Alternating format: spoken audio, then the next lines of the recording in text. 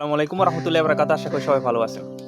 ধরেন আপনি একজন সিএসসি স্টুডেন্ট, পড়াশোনা করতেছেন অথবা শেষের দিকে। আপনাকে আপনার কোর্সে যে বিষয়গুলো আছে সেগুলো শেখানো হইলো, অথবা যে বইগুলো আছে সেগুলো থেকে আপনাকে বিভিন্ন ফান্ডামেন্টাল বিষয়গুলো দেখানো হইলো। অত বেশি না, কারণ আপনার এখন যে টার্গেট সেটা হচ্ছে যে আপনি যখন কোনো একটা কোম্পানিতে যাবেন বা কোথাও কোনো প্রজেক্ট করবেন, সেক্ষেত্রে আপনার ক্ষেত্রে এআই আছে। এআই আপনাকে হেল্প করবে। এটা আপনার কিন্তু মাইন্ডসেট হয়ে গেছে।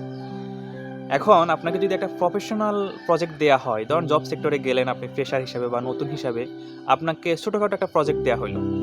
এখন এই ছোটোখাটো যে প্রজেক্টটা, সেটাকে আপনি প্রফেশনাল হয়তো উঠাইতে পারবেন। ধরেন আপনি টুকটাক এসটিএমএল জানেন, টুকটাক সিএসএস জানেন, টুকটাক হচ্ছে আপনি প্রোগ্রামিং বুঝেন।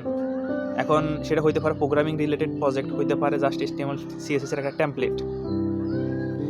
সেটাকে আপনি এআই দিয়ে পারফেক্টভাবে উঠাইতে পারবেন। সেই কনফিডেন্স কি আপনার কাছে আছে? আপনি কি মনে করেন? আমার থেকে মনে হচ্ছে, যেটা আমার এক্সপিরিয়েন্স যেটা, সেটা হচ্ছে আপনি কখনো এটা উঠাইতে পারবেন না। হাসি ডাকতেছে। আচ্ছা, যাই হোক, আপনি কখনো এটা উঠাইতে পারবেন না। কেন উঠাইতে পারবেন না?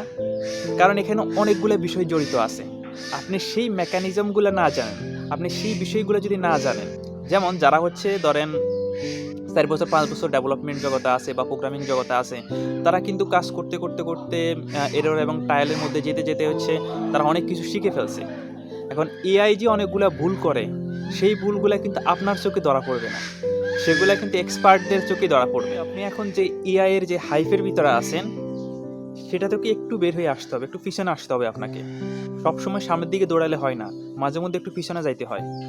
আপনি এআই থেকে একটু পিছনে আসেন, পিছনে এসে আপনার যে বিষয়গুলো আপনার অজানা আছে সেগুলো আপনি হাতে কলমে প্রথমে প্র্যাকটিস করেন। পরবর্তীতে আপনি এআই দিয়ে করেন বা হচ্ছে অন্য কোনো টেকনোলজি দিয়ে করেন, সেই বিষয়গুলো পরে। কিন্তু আপনাকে সেই বিষয়টা আগে হাতে কলমে প্র্যাকটিস করে দেখতে হবে, জানতে হবে কোথায় কী প্রবলেম আছে। ধরেন আপনি একটা এপিআই কল দিলেন। এখন আপনি বইতে পড়ছেন যে এপিআই কল করে হচ্ছে ডাটাটা এক জায়গা থেকে আরেক জায়গায় নিয়ে আসা যায়, ডাটাবেস থেকে মোবাইল অ্যাপে নেওয়া যায়, মোবাইল অ্যাপ থেকে তারপরে অন্য আরেকটা সিস্টেমে নেওয়া যায়। আপনি সেই বিষয়গুলো জানেন।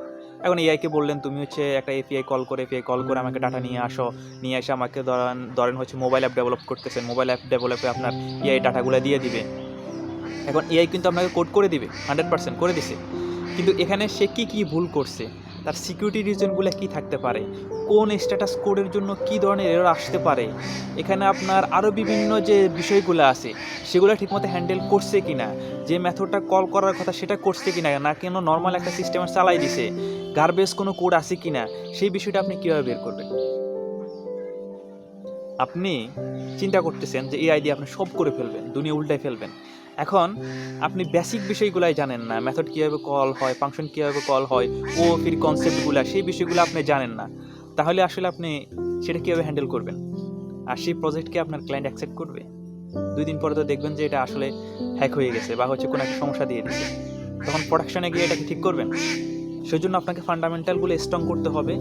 আগের যে কোর কনসেপ্টগুলো আছে সেগুলো আপনাকে বুঝতে হবে, সেগুলো কীভাবে কাজ করে, এত বছর পর্যন্ত এত যুগ ধরে কীভাবে কাজ করতেছে, এবং কোনটার পর কোনটা বাদ গিয়ে পরবর্তীতে কোনটা আসছে, কোনটা দিয়ে কোনটা রিপ্লেস হয়েছে, এই বিষয়গুলো কিন্তু আপনাকে বুঝতে হবে। ধরেন আপনি নোড.জেএস এবং রিঅ্যাক্ট.জেএস দিয়ে একটা প্রজেক্ট করতেছেন। এখন আপনাকে এআই বলল যে তুমি এই কমান্ডটা চালাও, তাইলে হয়ে যাবে।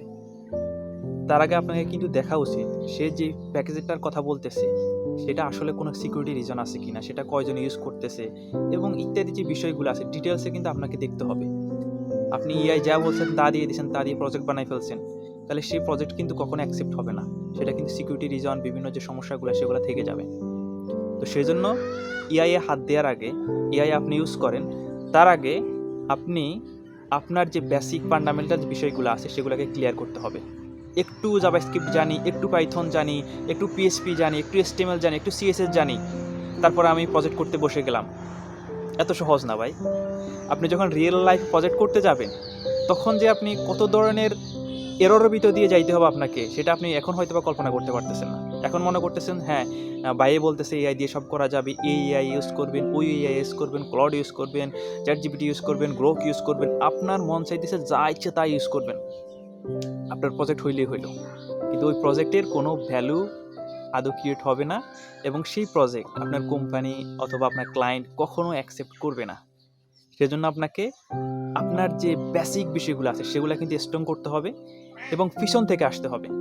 এখন যারা শুরু করছে তারা কিন্তু হাতে এআই পাচ্ছে, যার কারণে তারা পিছন দিকে যেতে চাইবে না, তারা সামনের দিকে দৌড়াতে চাইবে। এআইকে দিলাম, এআই করে দিল, ব্যাস হয়ে গেল। কিন্তু পিছন দিকে গিয়ে একটু দেখা, ডকুমেন্টেশন পড়া, তারপরে হচ্ছে একটু ঘাটাঘাটি করা, একটু প্র্যাকটিস করা, সেই বিষয়টা হয়তো বা অনেকেই করেন না বা হচ্ছে করার চেষ্টা থাকে না। কিন্তু আপনি যদি একজন কম্পিউটার সায়েন্স ইঞ্জিনিয়ার হন, আপনি যদি ইঞ্জিনিয়ারিং মাইন্ডসেট হয়, আপনাকে সেই বিষয়গুলোই করতে হবে। প্রথম দিকে প্র্যাকটিস করা, তারপর হচ্ছে আস্তে আস্তে অ্যাপ্লাই করা, বিষয়গুলো খুঁটে খুঁটে দেখা, ডকুমেন্টেশন পড়া, তারপর হচ্ছে কে কীভাবে ইউজ করছে, কোথায় এটা ইউজ হচ্ছে, কোন প্যাকেজটা এটার জন্য উপযোগী, সেই বিষয়গুলো করতে হবে। আজকে এই পর্যন্তই। আসসালামু আলাইকুম রহমতুল্লাহ।